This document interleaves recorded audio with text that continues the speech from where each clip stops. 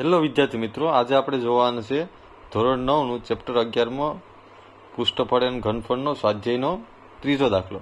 તો ત્રીજા દાખલામાં તમને શું કહેવા માંગે છે? જો કે શંકુની વક્ર સપાટીનું ક્ષેત્રફળ આપેલ છે. તમને કેટલું આપેલ છે તો આપણે પહેલાં એ લખીએ. શંકુની વક્ર સપાટી એટલે વક્ર સપાટીનું સૂત્ર ભણવું છે પાઈ આર એલ બરાબર તમને શું આપેલ છે? 308 સેમી સ્ક્વેર છે. રેડી? આવું આપેલ છે. અને તેની ત્રાસી ઊંચાઈ એટલે એલ કેટલા આપેલ છે? 14 સેમી છે. તો તમને આમાં જો બે વસ્તુ શોધવાની કીધી, તો પેલી વેલી શું છે? આપણે પાયાની ત્રિજ્યા શોધવાની. તો પેલા આપણે ત્રિજ્યા શોધવી હોય તો કેવી રીતના શોધી શકીએ?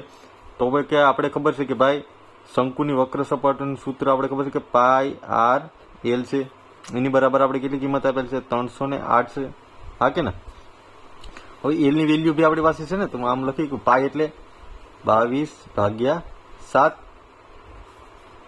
આર તો આપણે શોધવાનો છે. એલ કેટલા આપેલ છે આપણે?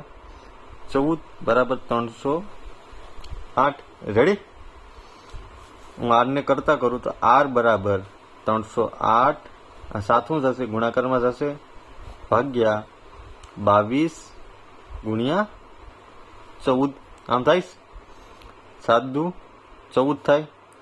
308 ભાગ્યા 22 દુ 44 થાય.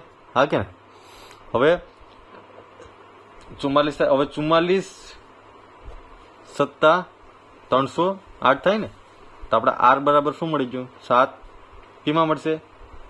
સેમી મળશે. આપણે પેલું મળી ગયું.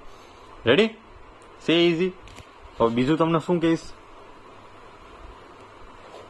બીજામાં શું છે? કુલ સપાટીનું ક્ષેત્રફળ શોધો. તો કુલ પૃષ્ઠફળ બરાબર, કુલ સપાટી એટલે કુલ પૃષ્ઠફળ કે કુલ ક્ષેત્રફળ. એનું સૂત્ર શું છે ભાઈ? તો કે પાઈ આર કૌંસમાં એલ પ્લસ આર. પાઈ એટલે 22/7. આર કેટલા છે આપણે આગળ જ મેળા? તો કે 7. એલ કેટલા છે આપણી પાસે? 14 પ્લસ 7. રેડી? 7 કેન્સલ થઈ જાય. શું મળે? 22 ગુણ્યા 14 પ્લસ 7 તો કેટલા થશે?